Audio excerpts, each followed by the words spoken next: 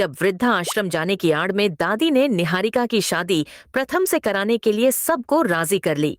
लेकिन राध्या और रजनी माँ मिलकर दादी के पागलपन और वृद्धा आश्रम जाने का सारा सच सबके सामने दिखा देती हैं कि कैसे दादी निहारिका को अपनी पोत बहू बनाना चाहती है ओमकार जी, और प्रथम भले ही दादी को खुश करने के लिए शादी के लिए हाँ तो कर देते हैं, लेकिन निहारिका की शादी प्रथम से न होकर राध्या से ही होती है। रजनी जी चलती हैं एक नई चाल, निहारिका के साथ एक तरफ दादी की चाल तो दूसरी तरफ राध्या और रजनी जी की चाल। अब प्रथम बीच में फंस चुका है। राध्या खुद निहारिका के हाथों में शादी के लिए मेहंदी लगाती है, और तो और प्रथम से शादी निहारिका की होती है, लेकिन वह शादी नकली रहती है, जैसे शुरू में निहारिका की शादी प्रथम से न होकर राध्या से हो गई थी। ठीक वैसे ही दादी और निहारिका के बनाए हुए इस जाल में फिर दोबारा प्रथम राध्या को ही सिंदूर पहनाने वाला है, और इसमें दादी एक बार फिर से राध्या से हारने वाली है। अब कैसे राध्या और रजनी जी मिलकर निहारिका और दादी की सभी साजिशों का पर्दाफाश करेंगी, सबके सामने देखना बहुत ही इंटरेस्टिंग होगा। खैर, अब इसके आगे की कहानी जानने के लिए अभी इस वीडियो को एक लाइक करके चैनल को सब्सक्राइब कर लीजिए। सीरियल मन अति सुंदर की कहानी में आगे आप देखेंगे कि शादी का मंडप सजा हुआ था।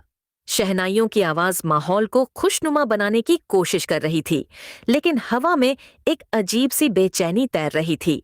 राध्या भीतर से टूटी हुई थी, फिर भी चेहरे पर मजबूरी की मुस्कान ओढ़े वह निहारिका के हाथों में मेहंदी रचाती रही। हर बेल, हर पत्ता जैसे उसके दिल पर उकेरी जा रही टीस को बयान कर रहा था। निहारिका की आंखों में जीत की चमक थी।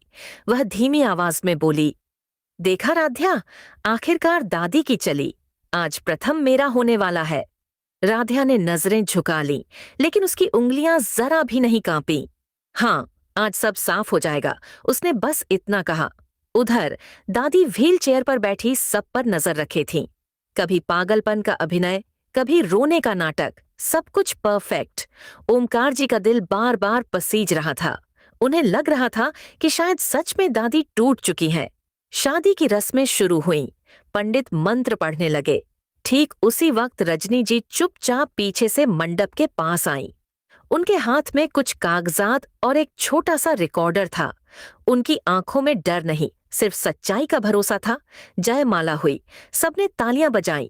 प्रथम खामोश था, न खुश न दुखी, जैसे कोई बोझ ढो रहा हो। राध्या दूर खड़ी सब देख रही थी। उसकी आंखें नम थीं, पर चेहरे पर अजीब सा सुकून भी था।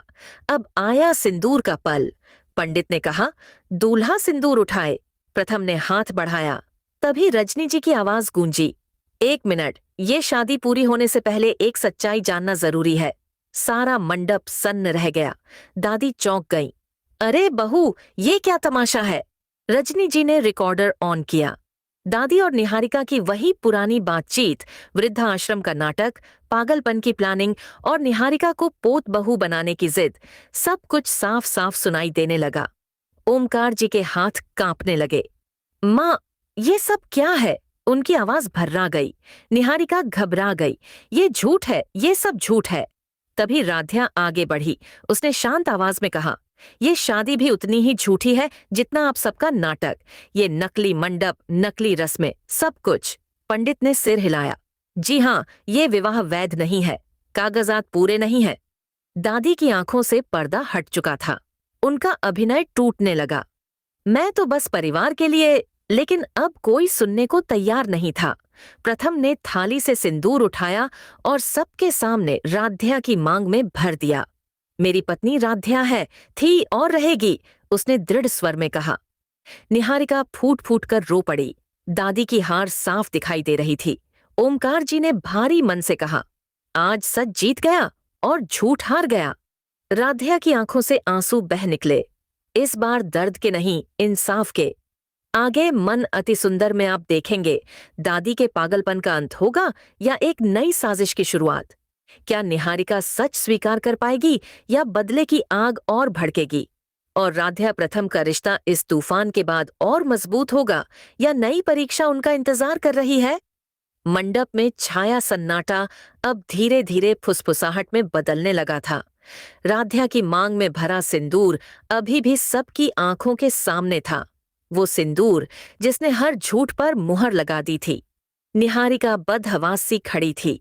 उसकी आंखों में गुस्सा, बेइज्जती और टूटे सपनों का तूफान उमड़ रहा था। सबने मिलकर मुझे धोखा दिया, वह चिल्लाई। मैंने भी तो इस घर के लिए सब कुछ किया था, राध्या ने शांत लेकिन मजबूत आवाज में कहा।